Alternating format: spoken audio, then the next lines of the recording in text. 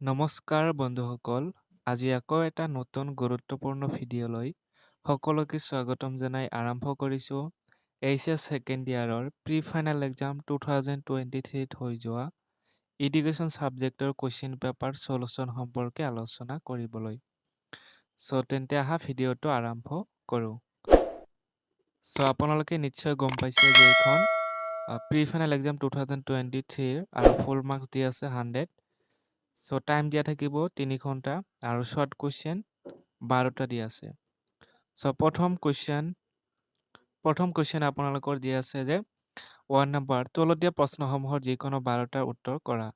এই নম্বৰটো দিয়া আছে 1952-53 চনৰ মাধ্যমিক শিক্ষা আয়োগৰ সভাপতি কোন আছিলে? আপোনালোকে নিশ্চয় জানে এইটো লক্ষণস্বামী মুডালিয়াৰ। তাৰপিছতে বি নম্বৰটো আছে যে মানসিক স্বাস্থ্য বিজ্ঞানৰ এটা উদ্দেশ্য কি? মানসিক স্বাস্থ্য বিজ্ঞান ইয়াৰ এটা উদ্দেশ্য হৈছে যে সুস্থভাৱে মানুহ জীয়াই থকা বা সুস্বাস্থ্য। তাৰপিছতে চি নম্বৰটো আমি জানো যে বিশ্ব পৰিৱেশ দিৱস 5 জুন তাৰিখে পালন কৰা হয়। তাৰপিছতে নেক্সট আপোনালোকৰ ডি নম্বৰটো দিয়া আছে যে কোনখন শিক্ষা আয়োগে 10+2+3 শিক্ষা গাঁথনি পৰামৰ্শ আগবঢ়াইছিল? এতিয়াও নিশ্চয় জানে কোঠাৰী আয়োগ হ'ব এইটো। নেক্সট ই number what is the full form of SCERT? SCERTৰ ফুল ফৰ্ম হৈছে state council of education research and training. তাৰপিছতে নেক্সট ই নম্বৰটো দিয়া আছে এফ নম্বৰটো অগতানুগতিক শিক্ষাৰ এটা উদ্দেশ্য লিখা। অগতানুগতিক শিক্ষাৰ এটা উদ্দেশ্য আপোনালোকে এনেধৰণে লিখিব যে যিসকলে আনুষ্ঠানিক শিক্ষাৰ পৰা বঞ্চিত তেওঁলোকক শিক্ষিত কৰা। এইটো হৈছে অগতানুগতিক শিক্ষাৰ এটা উদ্দেশ্য। তাৰপিছতে যি নম্বৰ কেতিয়া প্ৰথম অসমৰ মাধ্যমিক শিক্ষা পৰিষদ গঠন হৈছিলে? 1962 চনত। তাৰপিছতে এইচ নম্বৰটো দিয়া আছে যে পত্ৰযোগী শিক্ষাৰ ধাৰণাটো প্ৰথমে কোনে প্ৰচলন কৰিছিল? আপোনালোকে নিশ্চয় জানে এইটো আইজাক পিটমেনে পত্ৰযোগী শিক্ষাৰ ধাৰণাটো প্ৰচলন কৰিছিল। তাৰপিছতে আই নম্বৰ গেষ্টাল্ট শব্দৰ এটা জাৰ্মান শব্দ, শুদ্ধ নে অশুদ্ধ? গেষ্টাল্ট শব্দটো এটা জাৰ্মান শব্দই হয়, সেইটো শুদ্ধ হ'ব। তাৰপিছতে যি নম্বৰ মনোযোগ হৈছে এটা মানসিক প্ৰক্ৰিয়া, শুদ্ধ নে অশুদ্ধ? এইটো আপোনালোকৰ শুদ্ধ হ'ব। নেক্সট আছে আগ্ৰহ শব্দটো কোন ভাষাৰ পৰা আহিছে? আগ্ৰহ শব্দটো লেটিন ভাষাৰ পৰা আহিছে। তাৰপিছতে next question full form of WHO। এইটো আমি নিশ্চয় জানো বিশ্ব স্বাস্থ্য সংস্থা WORLD ৱৰ্ল্ড হেল্থ অৰ্গেনাইজেশ্যন। তাৰপিছতে এটি লেখচিত্ৰত এক্স অক্ষক কি বুলি কোৱা হয়? আনুভূমিক বুলি কোৱা হয়, আনুভূমিক অক্ষ। গুৱাহাটী বিশ্ববিদ্যালয় কিমান চনত স্থাপিত হৈছিলে? 1948। আপোনালোকে এইটো গুৱাহাটী বিশ্ববিদ্যালয় কিমান চনত স্থাপিত হৈছিলে? এইটো সহজ উপায় এটা আছে যে ভাৰতবৰ্ষ আমাৰ দেশ স্বাধীন হৈছিলে 1947। ঠিক এবছৰ পিছতে 1948 চনতে গুৱাহাটী বিশ্ববিদ্যালয় স্থাপন হৈছিলে। এনেধৰণে আপোনালোকে মনত ৰাখিব পাৰে। তাৰপিছতে এতিয়া 2 নম্বৰ কুৱেশ্যন লৈ আহিছোঁ। 2 নম্বৰবিলাক দিয়া আছে যে গতানুগতিক শিক্ষা, ঠিক আছে। গতানুগতিক শিক্ষাৰ দুটা বৈশিষ্ট্য লিখিব লাগে। গতানুগতিক শিক্ষাৰ দুটা বৈশিষ্ট্য হ'ল এই শিক্ষা নিয়মিত আৰু সংগঠিত ৰূপে বিদ্যালয় বা মহাবিদ্যালয়ত দিয়া হয়। এই শিক্ষা প্ৰশিক্ষিত শিক্ষকে নিৰ্দিষ্ট পাঠ্যসূচী আৰু সময়সূচী অনুসৰি দিয়ে। এতিয়া আমি আহিছোঁ বি নম্বৰলৈ। বি নম্বৰটো লিখা আছে যে প্ৰাথমিক শিক্ষাৰ যিকোনো দুটা সমস্যা লিখা। প্ৰাথমিক শিক্ষাৰ দুটা সমস্যা হ'ল প্ৰশিক্ষিত শিক্ষকৰ অভাৱ, অৰ্থাৎ প্ৰাথমিক শিক্ষাৰ কাৰণে শিক্ষকৰ অত্যন্ত অভাৱ আমি এইটো ব্যৱহাৰিকভাৱেও দেখা পাওঁ। দ্বিতীয়তে আছে দাৰিদ্ৰ্য বা পৰিয়ালত সমস্যাবোৰৰ বাবে ছাত্ৰ ছাত্ৰীসকলে বিদ্যালয় ত্যাগ কৰে। ছাত্ৰ ছাত্ৰীসকলে দুখীয়া বা দাৰিদ্ৰ্য হোৱাৰ বাবে তেওঁলোকে কি কৰে? পৰিয়ালৰ বিভিন্ন সমস্যাৰ বাবে বিদ্যালয় ত্যাগ কৰে। এইটো হৈছে প্ৰাথমিক শিক্ষাৰ সমস্যা। চি নম্বৰটো নেক্সট মহিলা সবলীকৰণ দুটা প্ৰয়োজনীয়তা লিখা। মহিলা সবলীকৰণৰ দুটা প্ৰয়োজনীয়তা হ'ল মহিলা সবলীকৰণে সামাজিক আৰু অৰ্থনৈতিক ক্ষেত্ৰত সমান অংশগ্ৰহণৰ সুযোগ দিয়ে। দ্বিতীয়তে আছে ই লিংগ সমতা স্থাপন আৰু ৰাষ্ট্ৰীয় উন্নয়নক সহায় কৰে। তৃতীয়তে আপোনালোকে লিখিব পাৰে সমাজৰ কুসংস্কাৰ দূৰ কৰে। সবলীকৰণ মানে হৈছে মহিলা আৰু পুৰুষৰ যিটো সমান অধিকাৰ সেই সমান অধিকাৰৰ দিয়া হয় আৰু এইটো মহিলা সবলীকৰণৰ কিয় প্ৰয়োজন সেই বিষয়ে লিখিব দিছিল। নেক্সট ডি নম্বৰটো আছে শিক্ষাত পৰিসংখ্যা বিজ্ঞানৰ দুটা ব্যৱহাৰ উল্লেখ কৰা। শিক্ষাত পৰিসংখ্যা বিজ্ঞানৰ দুটা ব্যৱহাৰ হ'ল ছাত্ৰ-ছাত্ৰীসকলৰ ফলাফল বিশ্লেষণ কৰিবলৈ ব্যৱহাৰ কৰা হয়। এতিয়া তোমালোকে যিহেতু ছেকেণ্ড ইয়াৰত পঢ়ি আছা, ছেকেণ্ড ইয়াৰৰ ফলাফলসমূহ দিয়াত তেওঁলোকে বা শিক্ষকসকলে কিহৰ সহায় ল'ব লাগিব? পৰিসংখ্যা বিজ্ঞানৰ সহায় ল'ব লাগিব। সেইটোৱে কোৱা হৈছে। দ্বিতীয় নম্বৰত আছে শিক্ষানীতি আৰু কাৰ্যসূচী পৰিকল্পনা আৰু মূল্যায়নত সহায় কৰে। নেক্সট আপোনালোকৰ কুৱেশ্যন আছে এই নম্বৰ শাৰীৰিক শিক্ষাৰ দুটা লক্ষ্য উল্লেখ কৰা। শাৰীৰিক শিক্ষাৰ দুটা লক্ষ্য হৈছে দেহক সক্ষমতা আৰু স্বাস্থ্য উন্নয়ন কৰা, দলীয় চেতনা আৰু শৃংখলা বিকাশ কৰা। মানে শাৰীৰিকভাৱে সুস্থতাৰ বাবে আমি শাৰীৰিক শিক্ষাৰ প্ৰয়োজন বা শাৰীৰিক শিক্ষা লাভ কৰিব লাগে। তাৰপিছতে আপোনালোকৰ নেক্সট কুৱেশ্যন আছিলে এফ নম্বৰ যে নৱোদয় বিদ্যালয়ৰ দুটা উদ্দেশ্য লিখা। নৱোদয় বিদ্যালয়ৰ দুটা উদ্দেশ্য উল্লেখ কৰা হ'ল এক নম্বৰ লিখিব গ্ৰামীণ প্ৰতিভাশালী মানে গাঁৱৰ মেধাসম্পন্ন বা মেধাৱী ছাত্ৰ-ছাত্ৰীসকলক গুণগত শিক্ষা প্ৰদান কৰা। দ্বিতীয়তে আছে জাতীয় একতা আৰু সাংস্কৃতিক মিলন শক্তিশালী কৰা। আচলতে এই নৱোদয় বিদ্যালয় স্থাপনৰ উদ্দেশ্য হৈছে গাঁৱলীয়া অঞ্চলত মেধাৱী ছাত্ৰ-ছাত্ৰীসকলক শিক্ষিত কৰা। তাৰপিছতে নেক্সট কুৱেশ্যন যি নম্বৰ ভাল স্মৃতিৰ দুটা লক্ষণ লিখা। ভাল স্মৃতিৰ দুটা লক্ষণ হৈছে দ্ৰুত শিক্ষণ অৰ্থাৎ জাল স্মৃতি মানে হৈছে কোনো মনত ৰখা কাৰ্য আৰু ভাল স্মৃতি মানে হৈছে যিয়ে দ্ৰুত শিক্ষণ আৰু সহজে মনত ৰাখিব পাৰে। যিয়ে যিকোনো কথা বা যিকোনো বিষয়টো সহজে মনত কৰিব পাৰে আৰু খুব কম সময়ৰ ভিতৰতে মনত ৰাখিব পাৰে। তেওঁ কিন্তু ভাল স্মৃতি বুলি আমি ক'ম। দ্বিতীয়তে আছে দীৰ্ঘকালীন সংৰক্ষণৰ ক্ষমতা অৰ্থাৎ ভাল স্মৃতিৰ আৰু এটা লক্ষণ হৈছে যে কোনোবাই যদি সৰুকালৰ ঘটনা প্ৰাপ্তবয়স্ক কালত যদি মনত কৰিব পাৰে তেতিয়াহ'লে দীৰ্ঘকালীন ক্ষমতা অৰ্থাৎ খুব লং টাইম তেওঁ কোনো এটা বিষয় মনত ৰাখিছে, তেনেহ'লে তাৰ স্মৃতিশক্তি ভাল বা ভাল স্মৃতিৰ লক্ষণ। তাৰপিছতে নেক্সট এইচ নম্বৰ জনসংখ্যা শিক্ষাৰ দুটা উদ্দেশ্য লিখা। জনসংখ্যা শিক্ষাৰ দুটা উদ্দেশ্য হ'ল জনসংখ্যা বৃদ্ধি আৰু ইয়াৰ প্ৰভাৱ বিষয়ে সচেতনতা সৃষ্টিকৰ, দায়িত্বশীল পিতৃ-মাতৃত্ব আৰু পৰিয়াল পৰিকল্পনাৰ প্ৰেৰণা দিয়া। এতিয়া আমি নেক্সট আই নম্বৰ কুৱেশ্যন লৈ আহিছোঁ তলত দিয়া ৰাশিসমূহৰ গড় নিৰ্ণয় কৰা। গড় যেতিয়া আপোনালোকে ওলাব সেইটো এটা ফৰ্মুলা আছে। ফৰ্মুলাটো আপোনালোকে এনেধৰণৰ গড় নিৰ্ণয় কৰা যদি 2 মাৰ্কৰ আহে তেনেহ'লে আপোনালোকে ইয়াতে যিহেতু 42 40 এইখিনি ঠিকে আছে, আপোনালোকে যিয়ে নিদিয়ক কিয় যিকোনো সংখ্যা দিলে আপোনালোকে প্ৰথমে এনেধৰণে লিখি ল'ব। প্ৰথমে লিখি লোৱাৰ পিছত আপোনালোকে গোটেইখিনি প্লাছ কৰি দিব লাগিব। ছেকেণ্ড নিয়মটো হৈছে এই গোটেইখিনি যিবিলাক দিয়া আছে এই গোটেইখিনি আপোনালোকে প্লাছ কৰিব লাগিব। প্লাছ কৰাৰ পিছত আপোনালোকে হৰণ কৰিব লাগিব। হৰণ হাতেৰে হৈছে আপোনালোকে ভাবি আছে, কিন্তু হাতেৰে হোৱাৰ কাৰণটো হৈছে যে কেইটা সংখ্যা আপোনালোকে প্লাছ কৰিছে বা যোগ কৰিছে সেইটো আপোনালোকে জানিব লাগিব। ইয়াত 1 2 3 4 5 6 7টা 7টা সংখ্যা প্লাছ কৰাৰ কাৰণে আমি হাতেৰে আমি হৰণ কৰিছোঁ। গতিকে আপোনালোকে হাতৰ সহায়ত এনেধৰণে হৰণ কৰিব। প্ৰথমে আপোনালোকে প্লাছ কৰি ল'ব, যিখিনি সংখ্যা দিয়া আছে সেইখিনি গোটেইখিনি প্লাছ কৰিলে যিটো সংখ্যা ওলাব তাৰ লগতে আপোনালোকে হৰণ কৰিব যিকেইটা সংখ্যা প্লাছ কৰিছে সেইকেইটাৰ লগত। গতিকে ইয়াতে 7ৰ লগত 342 যোগফলটো হৈছে যোগফলৰ লগত 7 আপোনালোকে হৰণ কৰিলে 48.86 হ'ব। গতিকে গড়টো এনেধৰণে উলিয়াব লাগে। নেক্সট আপোনালোকৰ যে নম্বৰ শিক্ষানৰ প্ৰচেষ্টা আৰু ফল পদ্ধতিৰ দুটা শৈক্ষিক মূল্য উল্লেখ কৰা।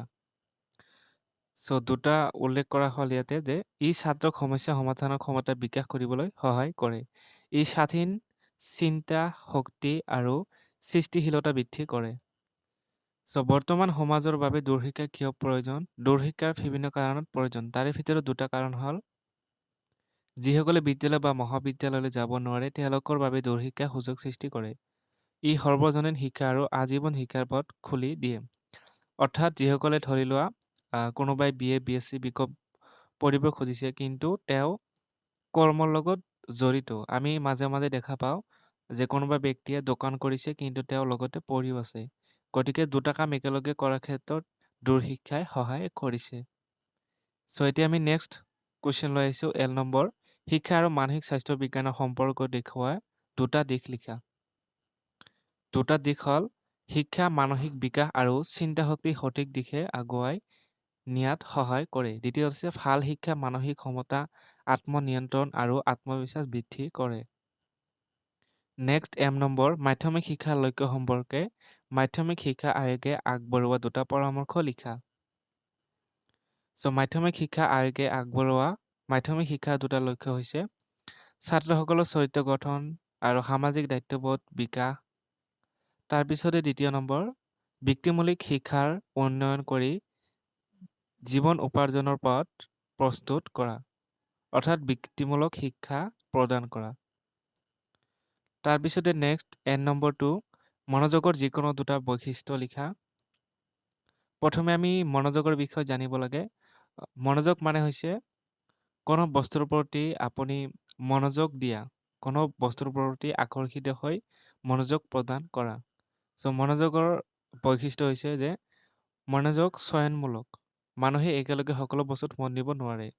আপুনি মনোযোগ দিবলৈ কোনো এটা নিৰ্দিষ্ট বস্তুৰ আৰু এটা বস্তুৰ ওপৰতহে মনোযোগ দিব পাৰিব। দুটা বস্তুৰ ওপৰত মনোযোগ দিব নোৱাৰে। সেইকাৰণে কোৱা হৈছে মনোযোগ চয়নমূলক। আৰু মনোযোগে সদায় এটা বস্তুৰ ওপৰতহে মনোযোগ দিব পাৰে। তাৰপিছতে দ্বিতীয়তে আছে মনোযোগ একাগ্ৰতা সৃষ্টি কৰে, যাৰ ফলত শিক্ষণ সহজ হয়। তাৰপিছতে মনোযোগ দিবলৈ হ'লে প্ৰথমে আগ্ৰহীত হ'ব লাগিব। আগ্ৰহ নহ'লে মনোযোগ কোনো বস্তুৰ প্ৰতি মনোযোগে নাহিব। চ' এতিয়া আমি নেক্সট কুৱেশ্যন লৈ আহিছোঁ O নম্বৰটো শিক্ষণত ফলাফলৰ নীতি কি? চ' শিক্ষণৰ ফলাফলৰ নীতি হৈছে এই নীতি অনুযায়ী যিকোনো কামৰ ফলত ভাল হয় আৰু পুনৰাবৃত্তি হয় আৰু বেয়া ফল থকা কাৰ্য এৰি দিয়া হয়, অৰ্থাৎ সফল ফলাফল হোৱাত শিক্ষকে ভাল কৰে। চ' আমি অলপ বহলাই ক'ব পাৰোঁ শিক্ষণৰ ফলাফলৰ নীতিটো। যদি LP স্কুলৰ কোনোবা ল'ৰা বা কোনোবা এজনী ছোৱালীয়ে বিদ্যালয়ত গৈছে আৰু বিদ্যালয়ত যোৱাৰ পিছত তেওঁক এটা মেথছ কৰিবলৈ দিয়া হৈছে আৰু মেথছ কৰাৰ ফলত তেওঁ সফল হৈছে, অৰ্থাৎ শিক্ষকে যিটো মেথছ কৰিবলৈ দিছিলে ছাত্ৰ বা ছাত্ৰীজনে মেথছটো কৰিছে। এতিয়া মেথছটো কৰাৰ ফলত শিক্ষকে কিবা এটা গিফ্ট কৰিছে ছোৱালীজনীক, যিজনে মেথছটো পাৰিছে। ইয়াৰ ফলত কি হৈছে, বাকী থকা যিসকলে গণিতটো বা মেথছটো পাৰা নাছিলে তেওঁলোকে আকৰ্ষিত হৈছে যে তেওঁ গণিতটো পাৰিছে কাৰণে তেওঁ গিফ্ট কৰিছে, সেইকাৰণে আমিও চেষ্টা কৰিব লাগে। এইটো এটা আপোনালোকে শিক্ষণৰ ফলাফলৰ নীতি। তাৰপিছতে আপোনালোকৰ নেক্সট কুৱেশ্যন P নম্বৰ মনোযোগৰ যিকোনো দুটা বস্তুনিষ্ঠ চৰ্ত উল্লেখ কৰা। চ' মনোযোগৰ যিকোনো বস্তুনিষ্ঠ চৰ্ত মানে হৈছে যিটো বস্তুৰ প্ৰতি মনোযোগ যায়। চ' এনেধৰণে আমি ক'ব পাৰোঁ মানসিক আগ্ৰহ, যি বিষয়ত আগ্ৰহ থাকে তাত মনোযোগ বেছি হয়। মানসিক অৱস্থা সুখী আৰু শান্ত মন অৱস্থাত মনোযোগ বেছি হয়। কাৰোবাৰ বেমাৰ থাকিলে কেতিয়াও আমি কোনো বস্তুৰ প্ৰতি মনোযোগ দিব নোৱাৰোঁ। তাৰপিছতে নেক্সট কুৱেশ্যনটো দিয়া আছে শিক্ষণৰ অন্তৰ্দৰ্শন পদ্ধতিৰ দুটা বৈশিষ্ট্য উল্লেখ কৰা। চ' শিক্ষণৰ অন্তৰ্দৰ্শন পদ্ধতিৰ দুটা বৈশিষ্ট্য হ'ল এই পদ্ধতিত ছাত্ৰ সমস্যাৰ সম্পূৰ্ণ ৰূপ চিনি সঠিক সমাধান বিচাৰে। দ্বিতীয়তে আছে শিক্ষণ চিন্তা বুজা আৰু অন্তৰ্দৃষ্টিৰ দ্বাৰা হয়, প্ৰচেষ্টা ফলৰ দ্বাৰা নহয়। অৰ্থাৎ এই যিটো অন্তৰ্দৰ্শন পদ্ধতি, এই অন্তৰ্দৰ্শন পদ্ধতিটো সামগ্ৰিকভাৱে লক্ষ্য কৰা হয় আৰু সমস্যাটোৰ সামগ্ৰিকভাৱে সমাধান কৰিবলৈ চেষ্টা কৰা হয়। চ' তাৰপিছতে নেক্সট কুৱেশ্যন R নম্বৰটো দিয়া আছে যে নতুন শিক্ষানীতি 1986 দুটা গুৰুত্বপূৰ্ণ বৈশিষ্ট্য লিখা। চ' দুটা বৈশিষ্ট্য হ'ল সাৰ্বজনীন শিক্ষা, সকলো শিশু আৰু নাগৰিকক শিক্ষা প্ৰদানৰ লক্ষ্য। দ্বিতীয়তে আছে মহিলা শিক্ষাৰ প্ৰচাৰ আৰু সমতা স্থাপন, যাতে সমাজত সমান সুযোগ থাকে। চ' এতিয়া আমি 3 number answer any 7 question from the following. So' মই 7টা লিখিব লাগে কিন্তু গোটেইখিনি দিলে। প্ৰথম তলৰ প্ৰশ্নসমূহৰ পৰা যিকোনো 7টা উত্তৰ কৰা।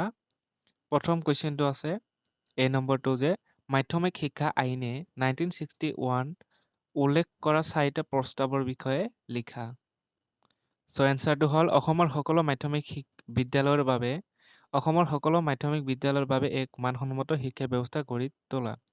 অৰ্থাৎ অসমৰ যিবিলাক মাধ্যমিক শিক্ষা আছে এই সকলোবিলাক বিদ্যালয়ৰ অৰ্থাৎ মাধ্যমিক শিক্ষাৰ বিদ্যালয়ৰ বাবে এক মানসন্মত শিক্ষা ব্যৱস্থা গঢ়ি তুলিব মানে উন্নতি কৰিব।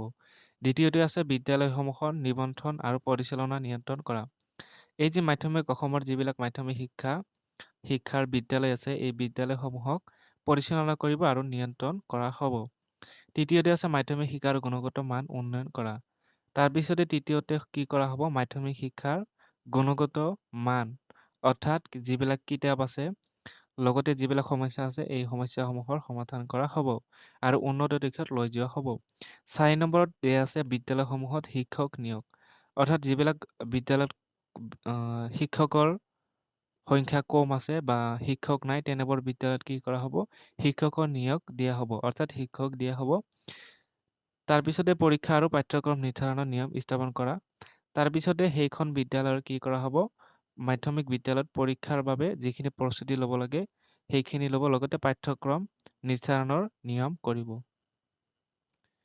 বি নম্বৰটো দিয়া আছে মুক্ত শিক্ষাৰ 4টা গুণ লিখা। চ' মুক্ত শিক্ষাৰ 4টা গুণ হৈছে স্বাধীনতা প্ৰথম শিক্ষাৰ্থী নিজৰ সময়ত আৰু স্থানত গ্ৰহণ কৰিব পাৰিব।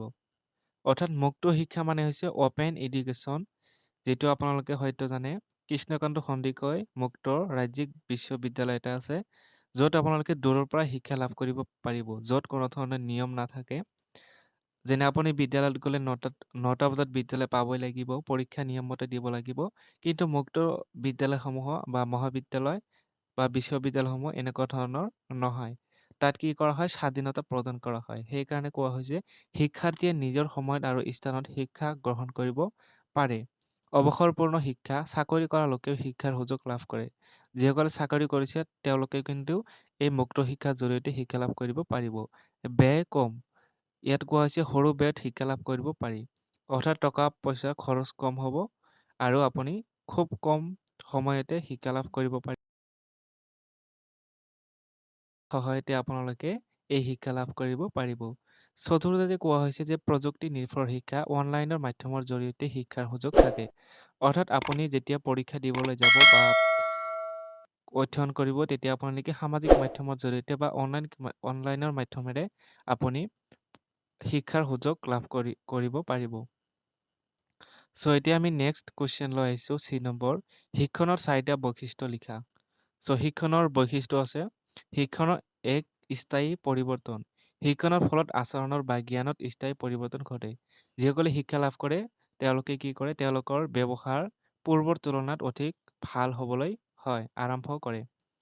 বা আৰু দিয়া আছে অভিজ্ঞতাৰ ওপৰত নিৰ্ভৰশীল শিক্ষণ অভিজ্ঞতা আৰু অনুশীলনৰ দ্বাৰা হয়।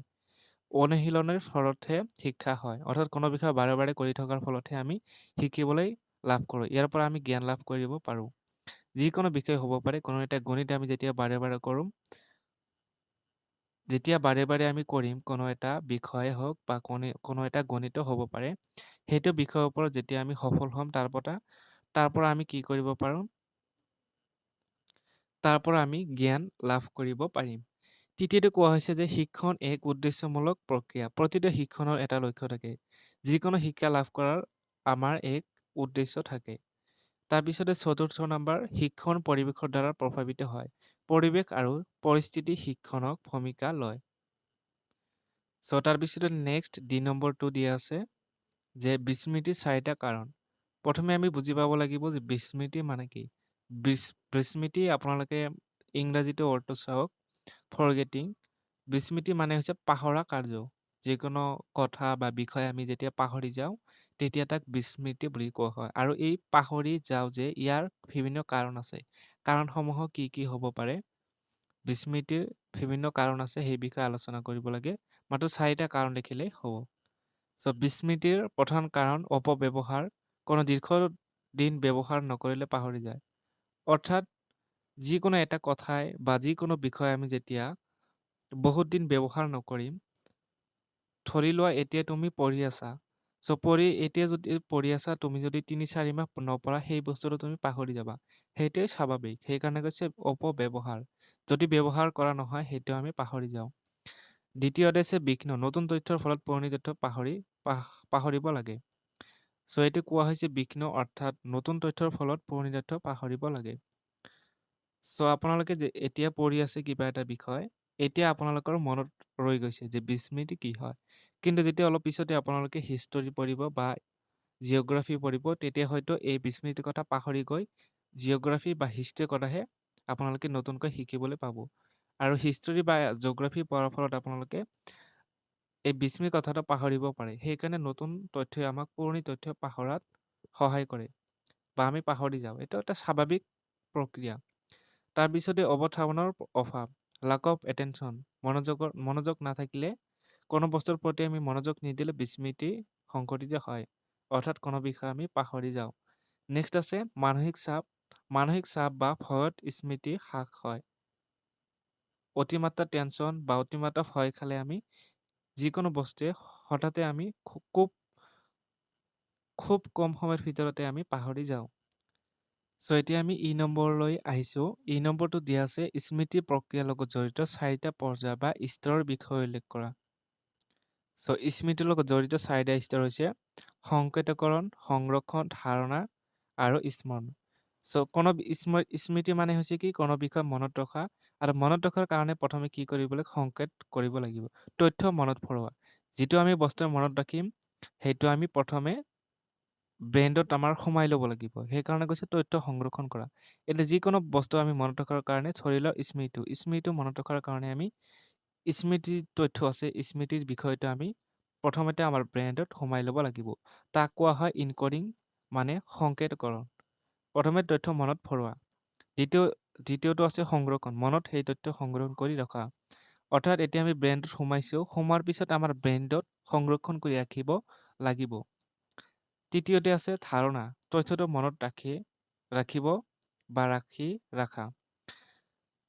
অৰ্থাৎ আমি যি স্মৃতিৰ বিষয়ে পঢ়িলোঁ, সেই বিষয়টো আমি আকৌ এবাৰ মনত ৰাখিব লাগিব। 4 নম্বৰটো হৈছে স্মৰণ, অৰ্থাৎ অনুশীলন কৰা। যিটো আমি অলপ আগতে কৈছোঁ স্মৃতিটো বাৰে বাৰে আমি মনত কৰিব লাগিব, মানে অনুশীলন কৰিব লাগিব। তেতিয়াহে আমি সেই বস্তুটো কেতিয়া পাহৰি নাযাওঁ। স্মৃতি এই 4টা আছিলে পৰ্যায়। প্ৰয়োজনত সেই তথ্য মনত আনি ব্যৱহাৰ কৰা। যেতিয়া সেই স্মৃতিটো আমাৰ মনলৈ আহিব, সেইটো সঠিক ৰূপে ব্যৱহাৰ কৰিব লাগিব বা অনুশীলন কৰিব লাগিব। নেক্সট F নম্বৰ, মূল্যবোধ শিক্ষাৰ 4টা বৈশিষ্ট্য উল্লেখ কৰা। মূল্যবোধ শিক্ষাৰ 4টা বৈশিষ্ট্য হ'ল নৈতিকতা বিকাশ কৰে, শিক্ষাৰ্থীৰ নৈতিক মূল্যবোধ বৃদ্ধি কৰে, দ্বিতীয়তে চৰিত্ৰ গঠন কৰে, শিক্ষাৰ্থী শৃংখলিত আৰু সুচৰিত্ৰ হয়, সামাজিক প্ৰচাৰ কৰে, সমাজত সঠিক আচৰণ শিকায়, 4 নম্বৰ মানৱতাবোধ জাগ্ৰত কৰে, অন্যৰ প্ৰতি সহানুভূতি আৰু দয়া বিকাশ কৰে। এতিয়া আমি নেক্সট G নম্বৰ লৈ আহিছোঁ, শিক্ষাৰ্থীৰ উপযুক্ত মানসিক স্বাস্থ্যৰ বিকাশত বিদ্যালয়ৰ ভূমিকাৰ বিষয়ে লিখা।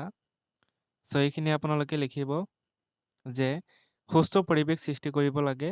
তাৰপিছতে দ্বিতীয়তে আছে পৰামৰ্শ প্ৰদান, সহযোগী কাৰ্যক্ৰম, দলবদ্ধভাৱে আমি কাম কৰিব লাগে, সৎভাৱ গঠন। তাৰপিছতে বিদ্যালয় দলগত কামৰ জৰিয়তে বন্ধুত্ব, সহানুভূতি আৰু সামাজিক আচৰণ গঢ়ি তুলিব লাগে। নেক্সট H নম্বৰ, দ্বন্দ্বচিত্ৰ কাক বোলে? দ্বন্দ্বচিত্ৰ বিভিন্ন প্ৰকাৰসমূহৰ উদাহৰণ সৈতে আলোচনা কৰা। দ্বন্দ্বচিত্ৰৰ বিষয়ে হয়তো সকলোৱে জানে। তথাপি ইয়াত সৰুকৈ দিয়া আছে, যিটো দ্বন্দ্বচিত্ৰ বুলি কওঁ আমি। সেই বিষয়ে অলপ চাই ল'ব আপোনালোকে।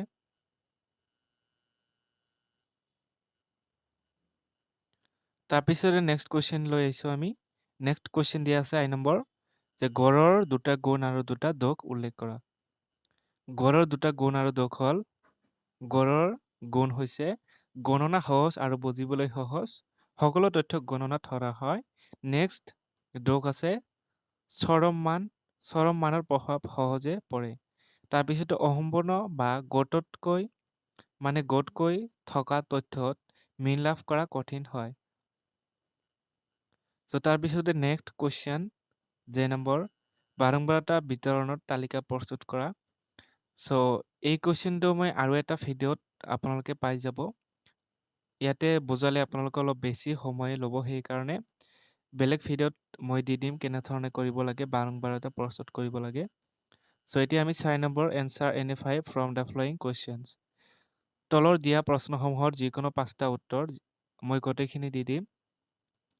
প্ৰথম এ নম্বৰটো আছে পৰিৱেশ শিক্ষা কাক বোলে? পৰিৱেশ শিক্ষাৰ নীতিসমূহ উল্লেখ কৰা। চ' যিকোনো শিক্ষা বুলিলে ক'লে আমি বুজিম যে ইয়াতে কোৱা হৈছে পৰিৱেশ শিক্ষা কাক বোলে? যি শিক্ষা ব্যৱস্থাত পৰিৱেশৰ সমস্যা সমাধান আদিৰ বিষয়ে অধ্যয়ন কৰা হয় তাকে পৰিৱেশ শিক্ষা বুলি কোৱা হয়। চ' ইয়াৰ নীতিসমূহ এতিয়া আমি পঢ়িম। চ' পৰিৱেশ শিক্ষা কাক বোলে এইখিনি দিয়া আছে। নেক্সট ইয়াৰ অন্তঃক্ৰিয়া নীতি, সচেতনতা নীতি, অংশগ্ৰহণ নীতি, কৰ্মমুখী নীতি, এইখিনি আপোনালোকে চাই ল'ব। নেক্সট যিখিনি আপোনালোকৰ কিতাপত দিয়া আছে সেইখিনি ভালদৰে চাই ল'ব। নেক্সট বি নম্বৰ জনসংখ্যা শিক্ষা কাক বোলে? শিক্ষানুষ্ঠানত জনসংখ্যা শিক্ষা প্ৰদানৰ বাবে 4টা পৰামৰ্শ দিয়া। এইখিনি আছিলে জনসংখ্যা শিক্ষা কাক বোলে।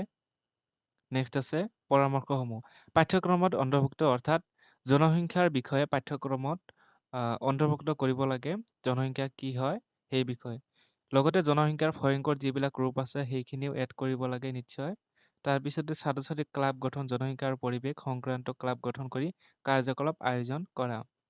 অভিভাৱক আৰু সমাজৰ অংশগ্ৰহণ, বিদ্যালয়ৰ সৈতে সমাজকো সচেতন কৰা। অৰ্থাৎ জনসংখ্যা বিস্ফোৰণৰ ফলত যি এক সমস্যা হৈছে সেই সমস্যাৰ বিষয়ে ছাত্ৰ ছাত্ৰীসকলক পৰামৰ্শ প্ৰদান কৰিব লাগে। চ' এতিয়া আমি নেক্সট কুৱেশ্যন লৈ আহিছোঁ।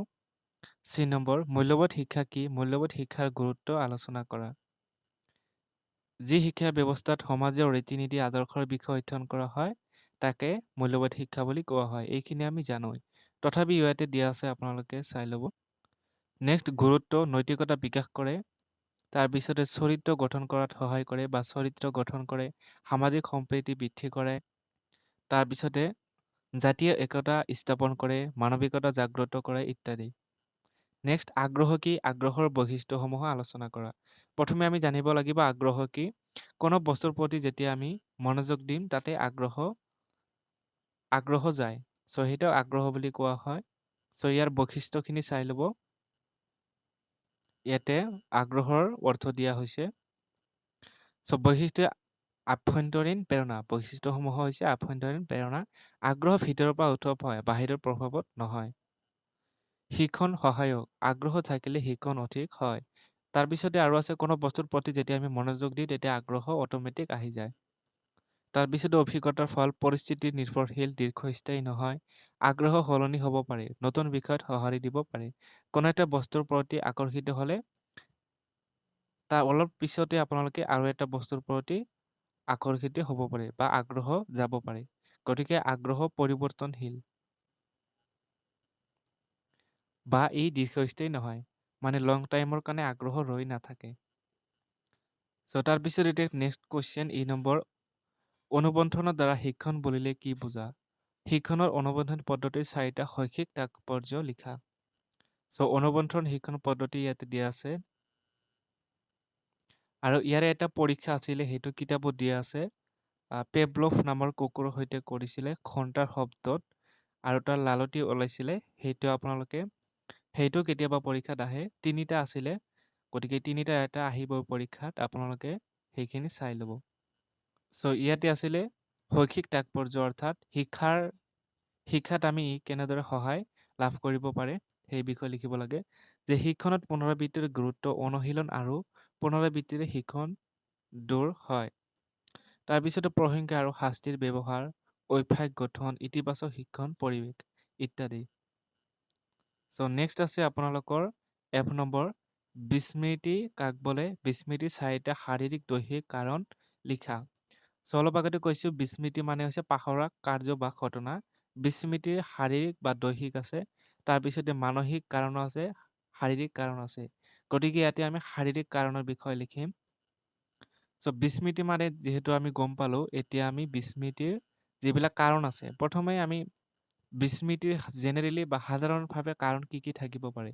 যেতিয়া এজন মানুহে মাদক দ্ৰব্য সেৱন কৰিব তেতিয়া পুৰণি কথাবিলাক তেওঁ কিন্তু বৰ্তমান ক'ব নোৱাৰিব, কাৰণে তেওঁ নিচাযুক্ত দ্ৰব্যৰ সৈতে জড়িত।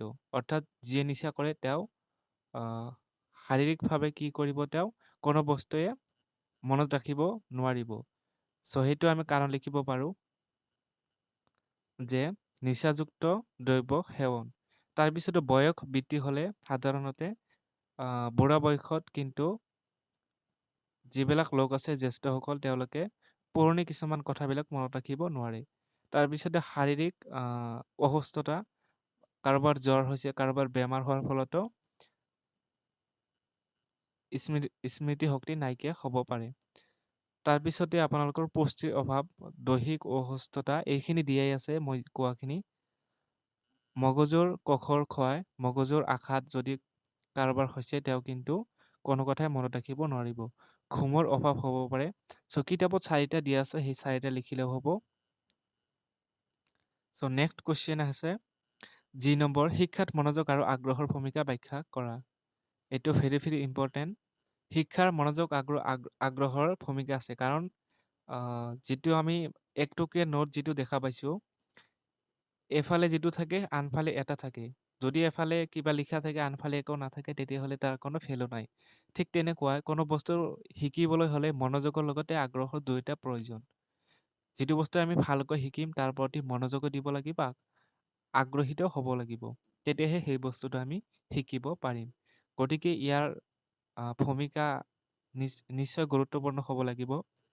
চ' সেই বিষয়ে আপোনালোকে লিখিব। মনোযোগৰ ভূমিকা, আগ্ৰহৰ ভূমিকা, চ' এইখিনি আছে। অৰ্থাৎ কোনো বস্তু শিকিবলৈ হ'লে মনোযোগ আগ্ৰহ দুয়োটাই লাগিব। যিদৰে এটা টকাৰ ভেলু, ঠিক তেনেকুৱাই এই দুয়োটাৰো ভেলু আছে। চ' এতিয়া আমি নেক্সট কুৱেশ্যন লৈ আহিছোঁ। H নম্বৰ, তলত দিয়া সমাহিত তথ্যৰ মধ্যমা নিৰ্ণয় কৰা। ইয়াতে 6 নম্বৰ, কেতিয়াবা মধ্যমা কাক বোলে, মধ্যমা নিৰ্ণয় কৰা, এনেকুৱা ধৰণে আহে। গতিকে এইটো ডাইৰেক্ট আহিছে মধ্যমা নিৰ্ণয়। এইটো আৰু 4 নম্বৰ এটা আছিলে, সেই ভিডিঅ'টো বাৰম্বাৰতা প্ৰস্তুত। এই দুটা আৰু এটা ভিডিঅ' আপোনালোকক বনাই দিম। চ' সেইকাৰণে আপোনালোকে চেনেলটো ছাবস্ক্ৰাইব কৰি ল'ব, যাতে অনাগত ভিডিঅ'সমূহ আপোনালোকে পাই থাকে। গতিকে ভিডিঅ'টো ভাল লাগিলে শ্বেয়াৰ কৰিব, লাইক কৰিব আৰু চেনেলটো ছাবস্ক্ৰাইব কৰি ল'ব।